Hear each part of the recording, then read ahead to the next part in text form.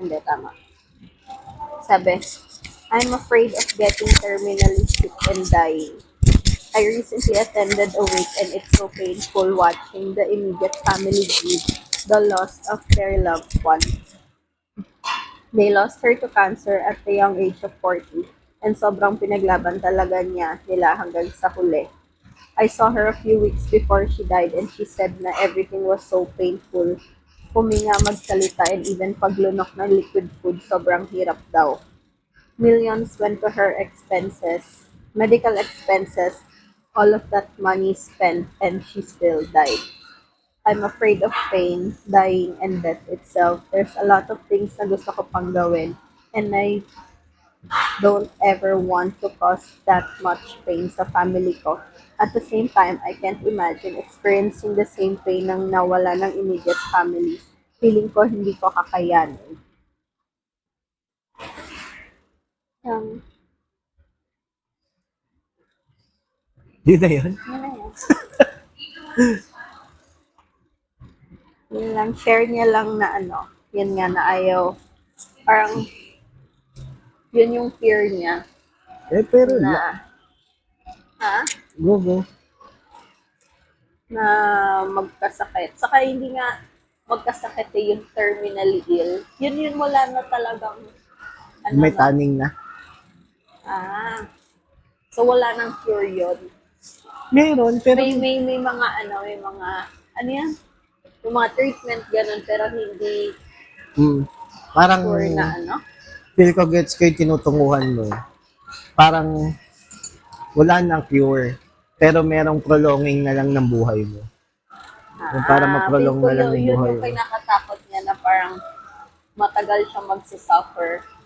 Tapos nakikita niyang nagsasuffer din yung mga pamilya niya dahil nagsasuffer siya, gano'n. Feel Una, ko yan yung concern niya. pero unang-una, hindi mo ka, di, Hindi ba tayong lahat naman? oo, pero siya parang, pero ako nagkaroon na rin ng ganyang isip eh. Feeling ko yung nararamdaman naman niya na sana in passing lang. Feel ko naman parang na-amplify lang dahil dun sa namatay niyang Namatay. friend. Saka, parang normal fear naman siya. Parang hindi ba tayong lahat naman ayaw ma-experience yun. Pero baka siya parang everyday niya naiisip. Oo. Ganon. Lahat dumadaan dyan. Ako parang na-experience ko din yan. Kasi nga, di ba, puro cancer sa amin. Sa side namin. Pero sa sitwasyon na yan, pumapasok sa isip ko yan. Pero pag patuloy mong pinaisip yan, magsa-spiral ka eh. Pag sinabi mo kasing magsa-spiral, yung parang palubog na lang ng palubog, palungkot na lang ng palungkot, iniisip mo hanggang iniisip mo, tama na to. Ayoko na. Babay na lang. Pero, lahat pinagdadaanan naman yun. Oo, saka, hindi ba, parang i-focus mo na lang yung ano mo sa pag, ano ng health. Yung parang ano yun, mag-invest ka na sa katawan, sa health mo. Quality of life mo. Oo, since may, May time ka pa naman. oo, saka, parang iniisip mo yun, natatakot ka sa ganun. So, bakit, Mag-preventive oo, measures ka para, pero matatawa ka dahil minsan katulad yan, may mga nagkaka-cancer sobrang sobrang healthy, nag-exercise ang minsan kasi pananadala. nasa genes din yun, di ba? Oo, Hindi saka ba? nasa genes. Yun daw ang parang nabasa ko, hindi naman ako pro, pero nabasa ko, ang pinakamataas na factor ng cancer, genes naman, hereditary. Pero sa sitwasyon na yan, ang hirap na ganyan ang inisip ko kasi lahat naman dumadaan dyan. Parang, parang hindi talaga natin malalaman kung kailan yung time's up eh. Oo, saka, parang, yun nga, na parang normal naman siyang katakutan mo. Pero dapat hindi yun yung, Mababalaho ka, yung yung masastuck ka, no? mababaon ka na sa ganun na hindi ka na okay everyday. Pero ang bigat niyan eh, na naisip niyan. Alam mo din root niyan. Naisip mo yan dati, yung ganyang sitwasyon. Alin? Pero hindi ganyang kadip yung naisip mo. Dumaan na ba sa isip mo yung ganyan before? Oo, pag kunyari merong napapanood na about sa ganun. Mm. Kasi parang hindi ko siya inisip everyday na parang baka ganun yung mangyari, baka may ganun. Pero kapag may nakita kong something related sa ganun na parang maiisip mo rin na possible na sa lahat ganun. Mm. Parang kahit sino pwedeng maging ganun. Pero would you say na nasa stuck ka? Feel ko di ka nasa stuck. Hindi. Kasi nafe-feel ko tong nagsulat na to. Alam mo pinaka-root nito, takot kasi siyang mamatay. Yung grabe yung fear niya sa death. Pero, matagal mo naman bago ma-achieve yun eh. Kasi di ba sinasabi ko nga sa'yo, until recently, takot na takot akong mamatay. Eh, it's something part of life yun eh. Pero sa kanya, very specific eh. Mamatay dahil sa terminal. Saka hindi lang death itself, parang yung pain before death. Mm. Ganon.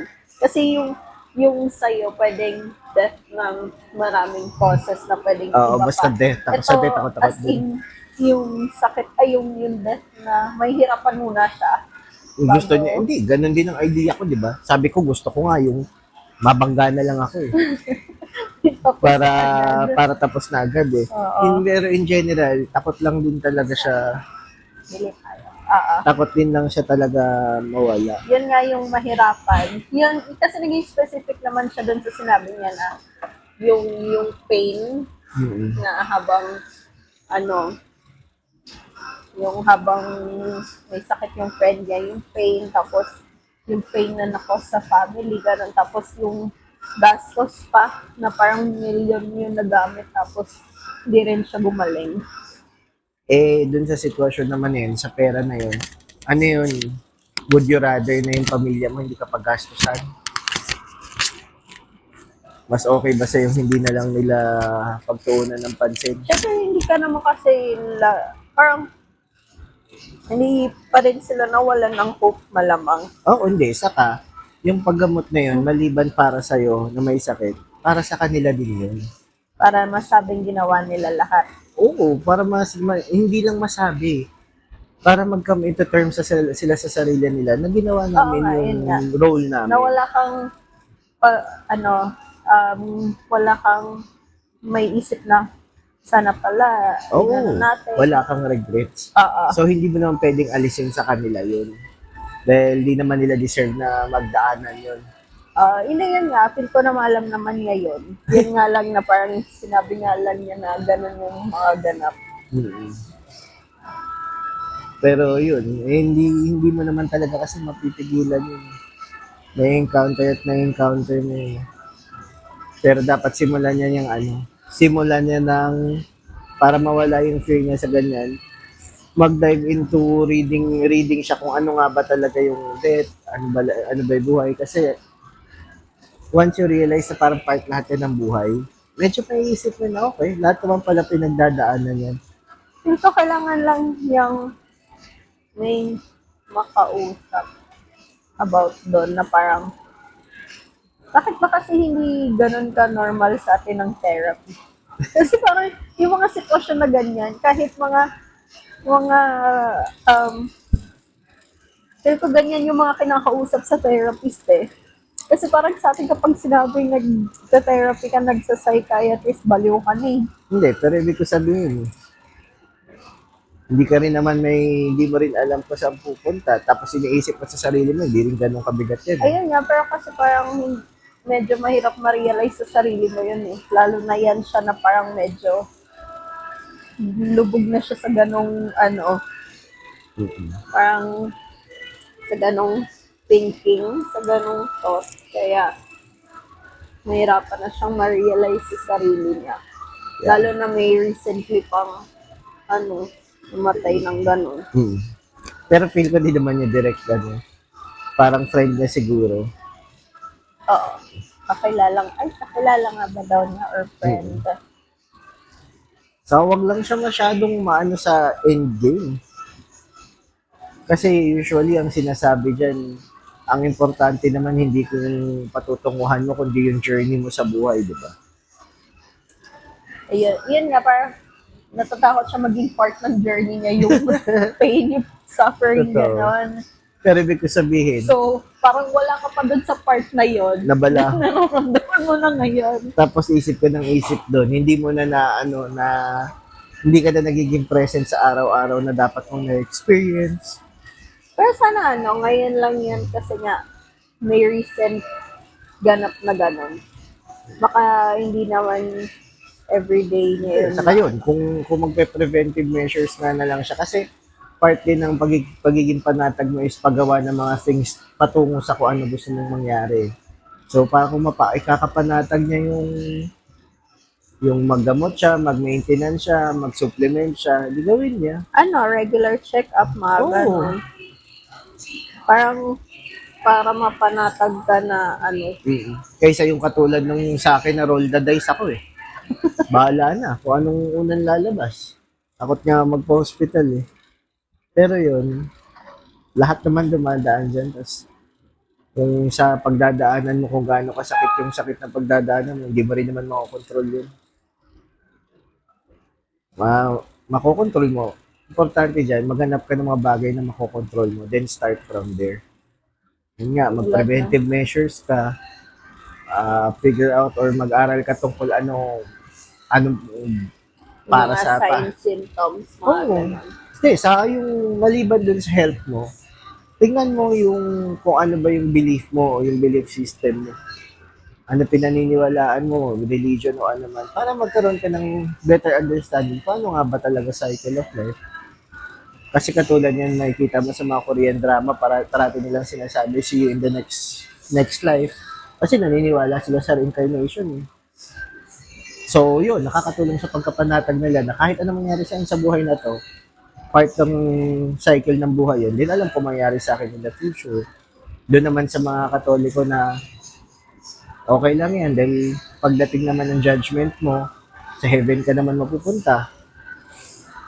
So, yun naman ang makakatulong sa spiritually. Magkaroon ka ng belief system na kung ano paniniwalaan mo pag dumating ka sa point na yun. Kaysa yung fighting blind ka ngayon na takot lang ang meron ka. Diba? Oo. Bili ka, bili ka kagad supplements mo, tapos magbasa-basa ka mag-YouTube ka ng religion para covered mo yung dalawang areas. Huwag mo kakalimutan, enjoyin araw-araw kasi natatakot kang ganyan. Masyado siyang focus sa future na negative agad. Na yung present niya hindi na niya na pero malay mo hindi naman ganun ka-deep. Hindi, pero yun nga, hindi naman natin yan para ayusin siya eh. Pero ibig sabihin, para mabigyan siya ng insights kung na hindi lang siya pinagdadaan, hindi lang siya dumadaan dyan, lahat tayo dumadaan dyan. And yun yung mga bagay na dapat niyang tingnan.